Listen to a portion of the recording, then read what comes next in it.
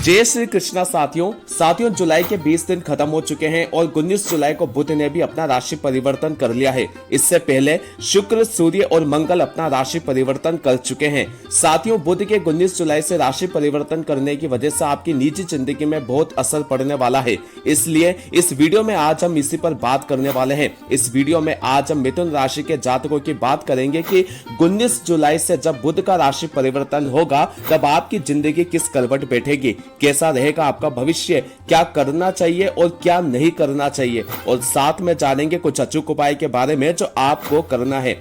लेकिन आगे बढ़ने से पहले कमेंट में आप जय श्री कृष्णा अवश्य लिखें और चैनल को सब्सक्राइब, वीडियो को लाइक और शेयर जरूर करें। साथियों, अगर आप इस चार्ट को ध्यान से देखोगे तो आपको पता चलेगा कि आपके राशि के स्वामी बनते हैं बुध, जो कि तीसरे भाव में है। वहीं आपके प्रथम भाव में शुक्र, दूसरे भाव में सूर्य, चौथे भाव में केतु, नवम भाव यानी कि आपके भाग्य स्थान में शनि, करियर के स्थान यानी कि 10वें भाव में राहु और 12वें भाव में मंगल व गुरु बृहस्पति विराजमान है। तो चलिए जानते हैं इन्हीं ग्रहों और इनके गोचर के हिसाब से कि कैसे रहेंगे मिथुन राशि वालों के लिए जुलाई के आखिरी 10 दिन। साथियों, सबसे पहले बात करते हैं आपके सबसे महत्वपूर्ण विषय भाग्य, करियर, व्यवसाय और पढ़ाई लिखाई के बारे में। साथियों, कुंडली में 9वां घर होता है भाग्य का और 10वां घर होता है आपके करियर का। साथियों, अगर आपके भाग्य की बात करें तो आपके भाग्य के स्वामी अर्थात नवम भाव के स्वामी बनते हैं शनिदेव, जो आपके नवम भाव में अपने ही घर में उपस्थित है। साथियों, वैसे तो आपका भाग्य अच्छा रहेगा क्योंकि बुध तीसरे भाव में गोचर कर चुके हैं, जिसकी वजह से बुध की सीधी दृष्टि आपके भाग्य स्थान पर रहेगी। लेकिन चूंकि अब चतुर्मास शुरू हो चुका है, जिसकी वजह से अब आप कोई भी शुभ काम, मांगलिक काम नहीं कर सकते हो। अगर आप नया ऑफिस खोलना चाहते हो, कोई नया व्यवसाय शुरू करना चाहते हो, कोई भी ऐसा काम जो मांगलिक कामों में आते हैं जैसे सगाई करना, बच्चों का मुंडन करवाना, गृह प्रवेश करना, कोई नई गाड़ी खरीदना, कोई नया घर खरीदना, व्यवसाय के मामले में कोई बहुत बड़ी डील साइन करना, तो वह आप नहीं कर सकते। अब आपको ऐसे सारे शुभ काम चतुर्मास खत्म होने के बाद से ही शुरू करने पड़ेंगे। हालांकि भाग्य आपका अच्छा रहेगा, जिसकी वजह से अगर आप अपने कार्य क्षेत्र में जो भी काम करोगे उसमें भाग्य आपका सपोर्ट करेगा। वहीं अगर आपका कोई इंटरव्यू है, कोई परीक्षा है, तो उसमें भी भाग्य आपका मजबूत रहेगा। व्यवसाय के मामले में भी भाग्य आपका अच्छा रहेगा। बस इतनी सी बात आपको ध्यान में रखनी है कि कोई भी शुभ काम या मांगलिक काम इस चतुर्मास में नहीं करना है। साथियों, भाग्य को देखने के बाद अब बात करते हैं आपके करियर के बारे में। साथियों, कैरियर का घर होता है 10वां घर और 10वें घर के स्वामी बनते हैं गुरु बृहस्पति, जो आपके 12वें घर में बैठे हुए हैं। वहीं आपके 10वें घर में राहु की उपस्थिति है। साथियों, अगर आप MNC कंपनी में काम करते हो तो आपके लिए यह समय बहुत ही अच्छा रहने वाला है। आपके प्रमोशन के योग बन रहे हैं। वहीं अगर आप विदेश जाना चाहते हो किसी काम के सिलसिले में तो आपके लिए यह बहुत ही शुभ समय है।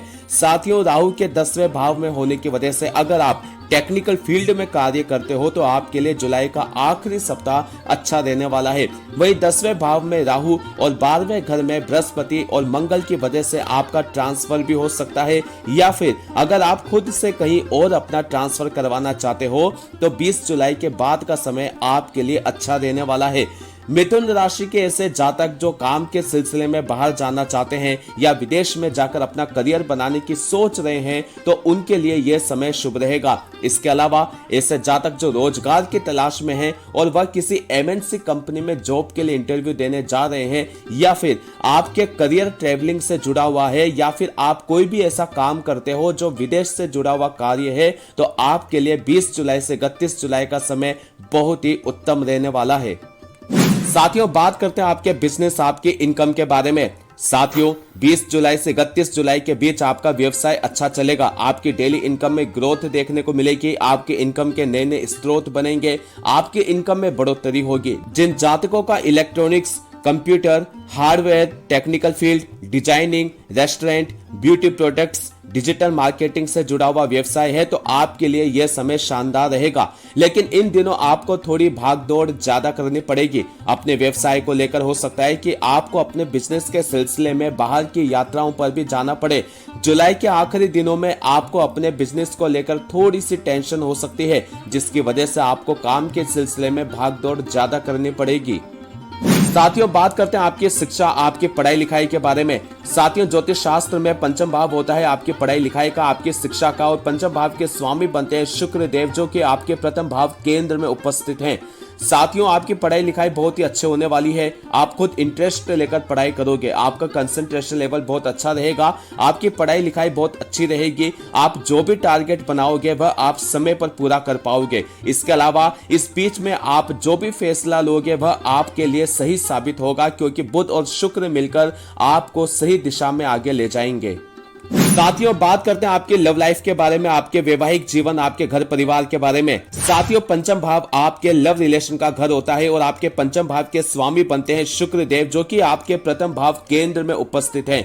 लेकिन 19 जुलाई को बुध द्वितीय भाव से तीसरे भाव में गोचर कर चुके हैं, इसलिए आपका लव रिलेशन ज्यादा अच्छा नहीं रहेगा। अब आपके लिए परिस्थितियां धीरे धीरे विपरीत होती हुई चली जाएगी। वही मंगल के भी पंचम भाव पर दृष्टि पड़ रही है, जिसका मतलब यह है कि 20 जुलाई के बाद आप दोनों के बीच में थोड़ा सा मनमुटाव देखने को मिल सकता है।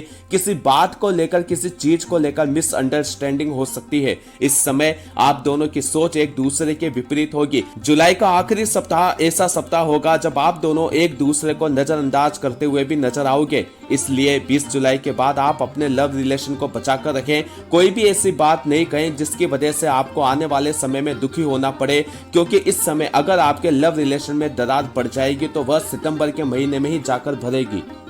साथियों बात करते हैं आपके वैवाहिक जीवन, आपके घर परिवार के बारे में। साथियों सप्तम भाव आपके वैवाहिक जीवन का घर होता है, जिसके स्वामी बनते हैं गुरु बृहस्पति, जो कि आपके 12वें घर में विराजमान है।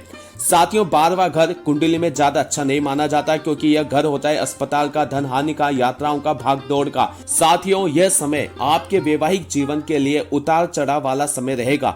गुरु और मंगल के 12वें घर में होने की वजह से हो सकता है कि आप किसी काम के सिलसिले में या अपने व्यवसाय के सिलसिले में आपको बाहर की यात्रा करनी पड़े, अपना घर छोड़कर जाना पड़े, अपने परिवार से दूर रहना पड़े, और इस भागदौड़ करने की वजह से आपको अपनी हेल्थ पर नकारात्मक असर भी देखने को मिल सकता है, जिसकी वजह से आपको हॉस्पिटल के चक्कर भी लगाने पड़ सकते हैं या दवाइयों पर ज्यादा खर्चा भी उठाना पड़ सकता है। इसके अलावा केतु के छठे भाव में होने की वजह से आपके जीवन साथी की हेल्थ पर भी नकारात्मक असर देखने को मिल सकता है।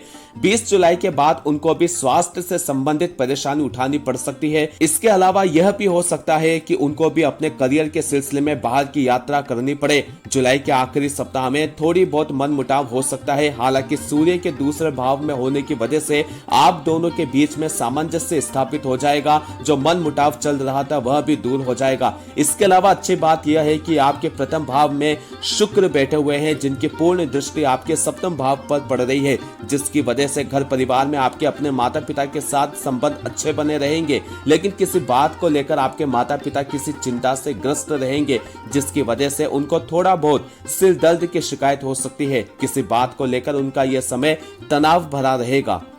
साथियों बात करते हैं आपके स्वास्थ्य, आपकी हेल्थ के बारे में। साथियों आपकी राशि के स्वामी बुध तीसरे घर में मौजूद है, जिन पर शनि की दृष्टि पड़ रही है। साथियों सेहत के मामले में जुलाई के ये अंतिम 10 दिन आपके लिए ज्यादा अच्छा नहीं रहेंगे। बुध के तीसरे भाव में गोचर करने की वजह से आपके लिए थोड़ी सी परेशानी स्वास्थ्य को लेकर हो सकती है, क्योंकि बुध के तीसरे भाव में पहुंचने पर शनि की दृष्टि उन पर पड़ रही है, जिसकी वजह से आपको एलर्जी, चर्म रोग, सिर दर्द जैसी समस्याओं का सामना करना पड़ सकता है।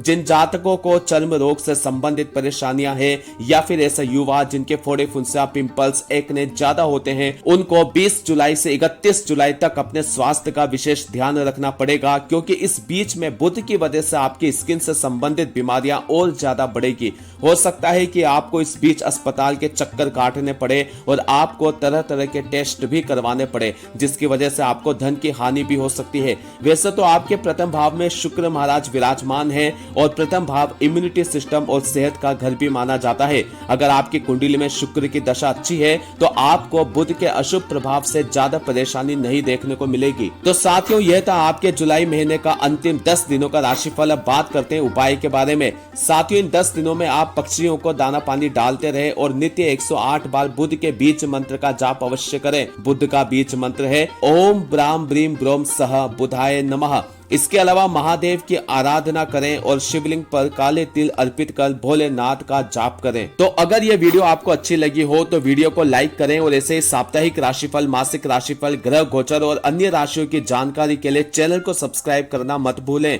जय श्री कृष्णा, राधे राधे।